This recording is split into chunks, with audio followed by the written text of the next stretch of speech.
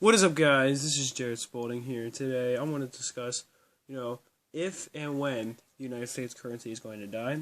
Pretty simple thing to talk about. I've talked about, economic collapses before, but this is not a total economic collapse situation. This is a re-evaluation situation. Yeah, that didn't sound quite the way I wanted it to, but basically what I mean by that is, in a situation where the U.S. currency, being a fiat currency and being backed by nothing of real value, if it does end up collapsing, then what's going to happen is all the value that was once put into this U.S.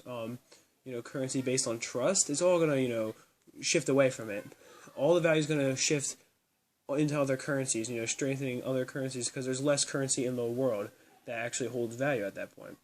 And since the U.S. being the powerful nation that it is, this would mean a lot to other countries. This would be a lot of currency, and a lot of power, the U.S. currency it does have, would be falling out of existence and strengthening every other currency, as well as putting the United States in a situation where it would most likely have to revert to un-fiat currency, or just, currency represented by precious metals, which have so much trust in them for holding real value that they can almost be considered having real value themselves. And I do understand the fact that, silver and gold are only valuable themselves because of the fact that people trust them, but the whole value premise comes from supply and demand, which doesn't exist in a fiat currency, because when there's no precious metals backing that fiat currency and nothing that holds, or is at least valued for real, then the currency can be printed in unlimited quantities, so there's always going to be more supply than demand, and it's always, of course, going to be causing more inflation.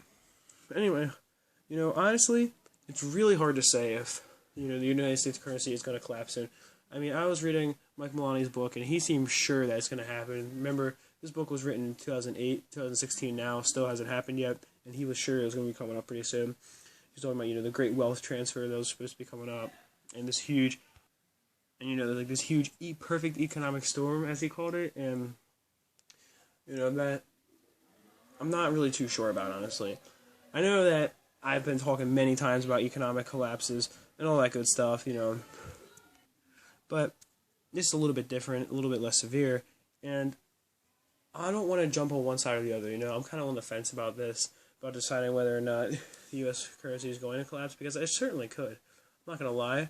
It's, just like many other great empires have experienced, such as Rome and Athens experienced, two greatest examples, their currency was slowly taken off the gold standard because they figured that they could produce more currency if they didn't have to produce it with precious metals. And they started with diluting it with copper, and then making it entirely of copper and zinc and other non-precious metals like that, which, of course, inevitably led to those collapsing. But the U.S. is a lot larger than that, and it has Rome, of course, had a huge amount of influence, but it didn't have as many people, so there wasn't as much commerce going on, right?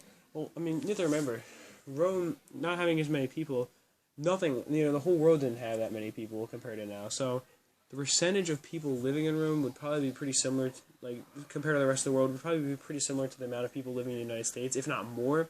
So at the time, really, it was extremely powerful, and it did end up collapsing. Of course, there was other threats besides, the whole devaluing the currency, but these other threats is what led to them devaluing it in order to pay for war and that type of, all that good fun stuff, to the point where it wasn't worth anything anymore, and people all wanted to transfer into precious metals, and then, they didn't have enough precious metals to back it up, the banks collapsed, and everything inevitably collapsed. And I really don't know, like I was saying, I don't know if the United States is going to follow this path or not, because they could start making some smarter decisions. Maybe they'll even put the fiat currency back on the gold standard, although I don't see that happening. So really, I feel like it depends on who's president and how wise they are in office. And of course, no politician is perfect or even close to it. All of them are going to be making empty promises and that type of thing. But I guess it really depends on how they decide to handle the economy, if they take a different approach than the ones that have been working in the past, all that good stuff. I don't want to show a bias towards any candidates. I'm just saying it really depends on, any president really. It just depends on what they do, to really strengthen our economy. Because if they do try to strengthen it to a point where the United States currency is doing, or economy is doing better, that would strengthen our currency and make it less likely to collapse.